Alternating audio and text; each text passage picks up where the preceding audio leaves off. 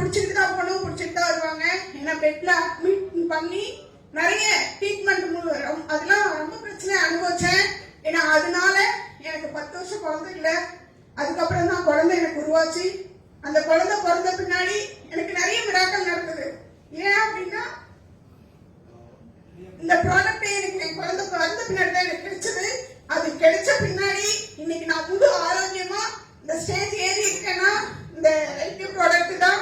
ஏன்னா என் முப்பை வந்து நிறைய மாத்திருக்கு, என் லைஃப் ஸ்டைல மாத்திருக்கு.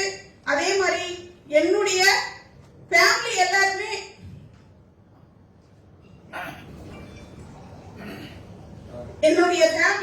என்ன ஒதுக்கி வச்சிருந்தாங்க, இன்னமும் ஒதுக்கி வச்சுதான் இருக்காங்க. அவங்க முன்னாடி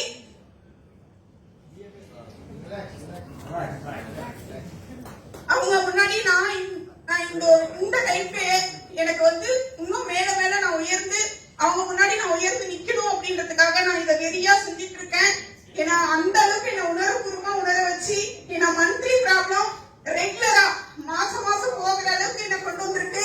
3 நாள்ல ரெடி ஆயிடுறேன். மிகப்பெரிய ஒரு விஷயம் என்ன அப்படின்னா எந்த ஒரு டாக்டர் போனாலுமே நீ வந்து டேப்லெட் கம்பல்சரி எடுத்தே ஆகணும், உன்னுடைய வாய்ஸ் எது வரையும் இருக்கோ அது வரையும் இந்த டேப்லெட் எடுத்தே ஆகணும்னு சொல்லியிருந்தாங்க. ஆனா இப்ப பாத்தீங்கன்னா நான் டேப்லெட் தைராய்டுக்கு, மந்த்லி ப்ராப்ளத்துக்கு, வீசிங் ப்ராப்ளத்துக்கு, பாத்தீங்கன்னா தலைவலிக்கு, இதுக்கு எதுக்குமே 1.5 வருஷம் ஆகுது நான் மாத்திரை எடுத்து. ஏன்னா இந்த ப்ராடக்ட்னால ஆரோக்கியப்படுத்திருக்கேன். இதே மாதிரி நிறைய பேர் தான் ஆரோக்கியப்படுத்திருக்கேன். பாத்தீங்கன்னா 14 வருஷம் குழந்தை இல்லாதவங்க நான் கொடுத்து ஒரே மாசத்துல கன்சீவ் ஆயிருக்காங்க. கன்சீவ் ஆயிருக்காங்க இந்த 6வது மாசம்.